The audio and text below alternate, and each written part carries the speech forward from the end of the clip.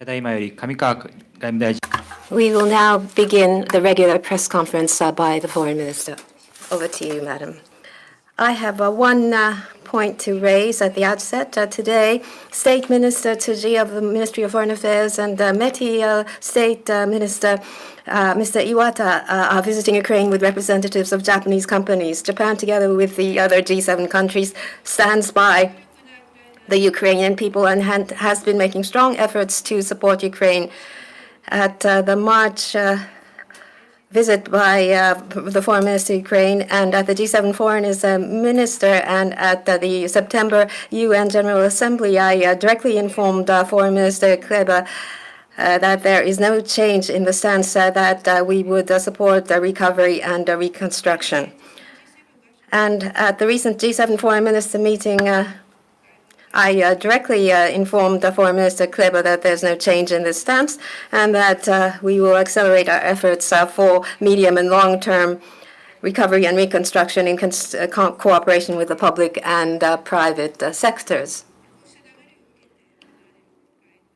And this visit is organized along this flow as an economic mission with participation with several Japanese companies interested in the recovery and reconstruction of Ukraine. In Kiev, the delegation will exchange views with Prime Minister Shumihari and other Ukrainian government officials and will exchange views centering on approaches to recovery and reconstruction. In addition to exchanging views with the Ukrainian government officials in Kiev, the mission will also meet with Ukrainian business representatives to promote cooperation among enterprises. On the 19th of February next year, the Japan-Ukraine Conference for Promotion of Economic Reconstruction is slated to be held in Tokyo. We hope that through this economic mission, public and private sectors will work together in unison to strengthen support for Ukraine and that this will lead to the success of next year's conference. That is all from me at the outset. Please raise your hand if you have a question, and when called upon, please proceed to the nearest microphone and state your name and company name before you raise your question. Katsurada-san, Kyodo Tsushin, please. I have a question about the Middle East situations. Israeli military have air striked the refugee camp in Jabalia, and the school run by UNRWA was damaged. What is your view on this? Minister, you have been saying that it is necessary to take all the possible measures so as to prevent the harm to the military through the military actions. Do you think that the Israeli military is making efforts to minimize the damage to the civilians? Now, with regard to your first point about the military operations and to the refugee camp by the military actions, I am aware of the press that you have just mentioned. Now, with regard to the airstrike by the Israeli military to the refugee bank, I do understand that there are so many casualties, inclusive of the children, women, as well as the elderlies. And I am much distressed of the situations inclusive of this case. I am deeply concerned about the deteriorating humanitarian situations in the Gaza Strip. Now, you have also asked about the Israeli military's actions to minimize the damage to the civilians, because I do not have a total grasp of the individual circumstances. Let me refrain from Japanese government evaluations about the Israeli military's initiative to minimize the harm to the civilians. Having said that, as I have been repeatedly mentioning, all the relevant parties have to abide by the international law, inclusive of the international humanitarian law, and also to prevent the harm to the civilian by the military actions. It is necessary to take all the possible measures, and also it is all too natural to prevent the damages to the civilians in schools as well as in the hospitals. I myself has been demanding to Israeli about the importance of protecting the general nationals as well as to abide by the international law, inclusive of the international humanitarian law. Now, I will continue to demand to comply with the international law, inclusive of the international humanitarian law, and we will continue to communicate with the relevant countries as well as with the international organizations. And also, we will proactively continue persistently in the diplomatic effort until the calm down of the situations as well as improving of the humanitarian, inclusive of the recent resolutions that has been adopted. Next question, please. NHK, Igarashi-san, please. Igarashi, NHK.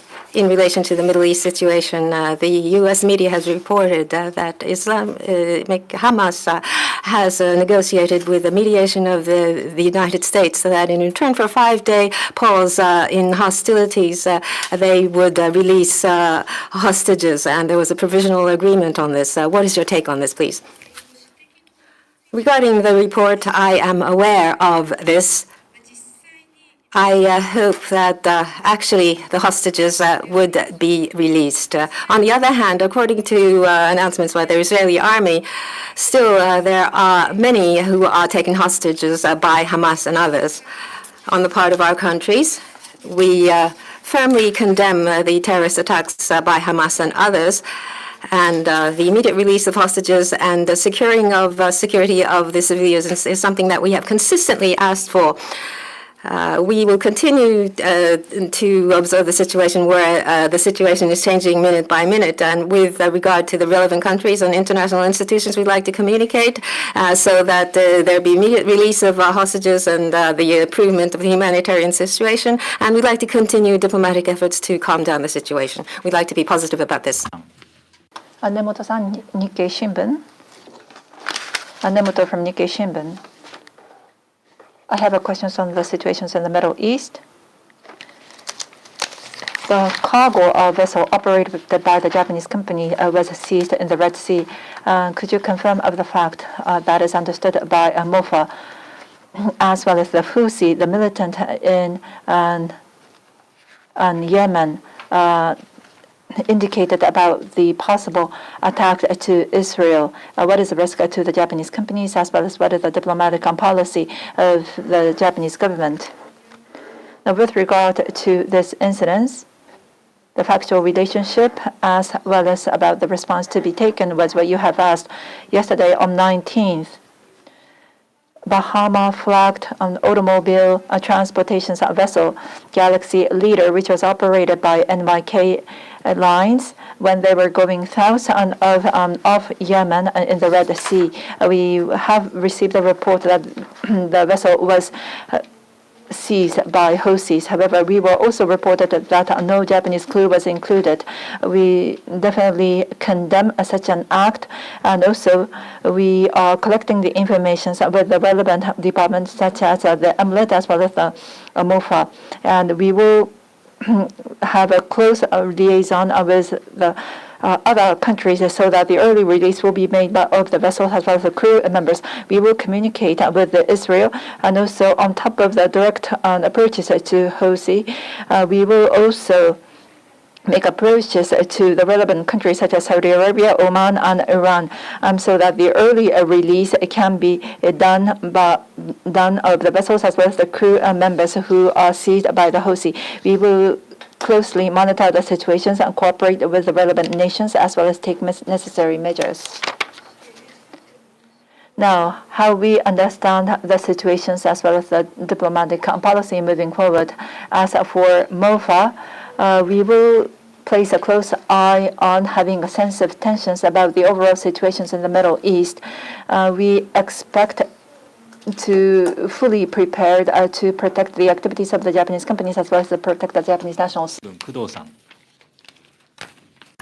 Yomiuri Shimbun, please. Kudo from Yomiuri Shimbun. You recently participated in the APEC meetings. I'd like to raise a question in this connection. In the leaders' declaration, it was included that they would engage in WTO reform, but there was no reference to Ukraine and Gaza. What is your feeling with regard to the declaration, leaders' declaration as a whole, please? With regard to the APEC leaders' declaration, toward the sustainable and inclusive development of APEC and toward growth, rule-based, free and open trade and investment environment maintenance, and toward the 13th WTO ministerial, constructive approaches were confirmed. And other than this, digital economy promotion, decarbonization and clean energy transition, food security, women's inclusion in the economy, cooperation for data distribution promotion. These were included in the declaration. These are items which Japan emphasizes, and I believe this was a very significant outcome. On the Ukraine situation and the Gaza situation, from the United States, separately, a chair's statement was issued. But this was based on discussion by the APEC members. With regard to certain regional situations, there are differences in the standpoint of the members, but points on which there's agreement on the members is not a few, and the chair's statement appropriately reflected this, and we evaluate this highly. Any other questions? Mel Johnson, Anadolu from Turkey.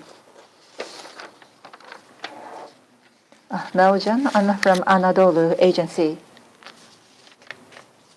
Israelis continue its attack for the 7th week in Gaza Strip. Could there be a diplomatic step that Japan, as G7 president, can take to resolutely resolve the ongoing Gaza? And the impact is so big, which is tantamount to 2 times atomic bombs.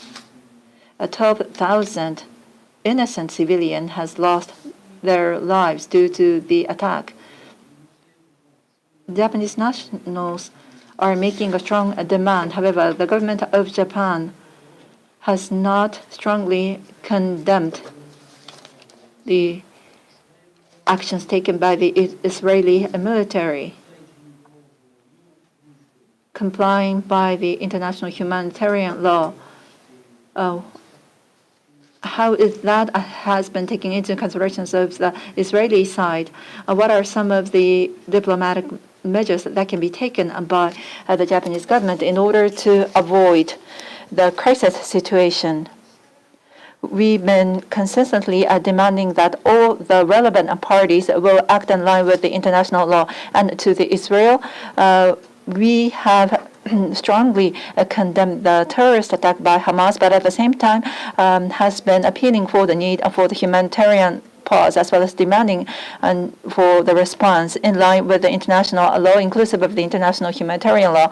In the G7 foreign ministers meeting that took place the other day, we urge for the necessity to have emergency measures to cope with the humanitarian access, inclusive of the food, water, medicines, fuel centers, humanitarian workers' access that will, without any obstructions, have to be secured.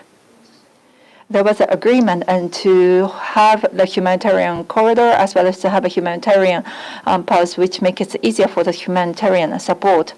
And in San Francisco, where I has visited to attend the G7 foreign ministers meeting, and Egypt and the Jordan are playing a very important role. And we had the telephone call with their foreign ministers, and we have introduced what was discussed in the G7 foreign ministers meeting, and we have come to an agreement for the need for the cooperations.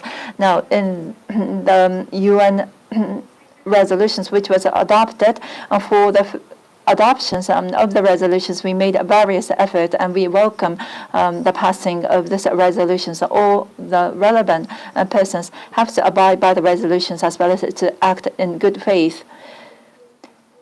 The local situations change just from one moment by moment among the G7 members. So we will continue to have a good communications and ask for the improvement of the humanitarian situations as well as calming down of the situations as soon as possible. We will tenaciously continue with the diplomatic efforts. Other questions? Then we'd like to close the press conference at this point. Thank you very much.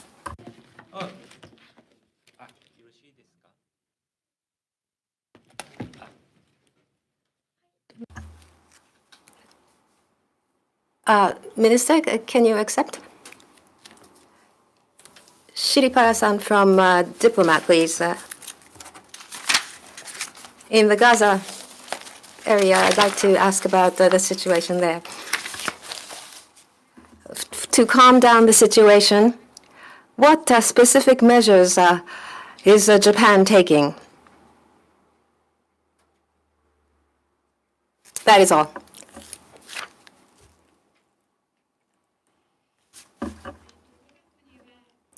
Our country firmly condemns Hamas and others' terrorist attacks, and having done so, immediate release of hostages, security for citizens, and all parties acting in accordance with international law, and the early calming down of the situation is something that we have consistently called for. With regard to specific exchanges we've had with respective countries, we'd like to refrain from divulging that information. With regard to Israel, I went to Israel recently, and including this opportunity and on other occasions, I've talked about the importance of protecting civilians and also responses in accordance with international law, including international humanitarian law. And I have directly made comments on this at the G7 Foreign Minister meeting, including the point that we need to take emergency action and to deal with the humanitarian situation in Gaza. With regard to the situation prevailing now, we were able to put together in the form of a document a message based on agreement.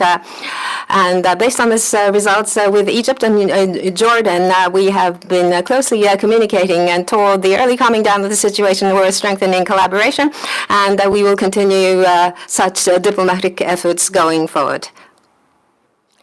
Thank you very much. So with this, we close the press conference. Thank you.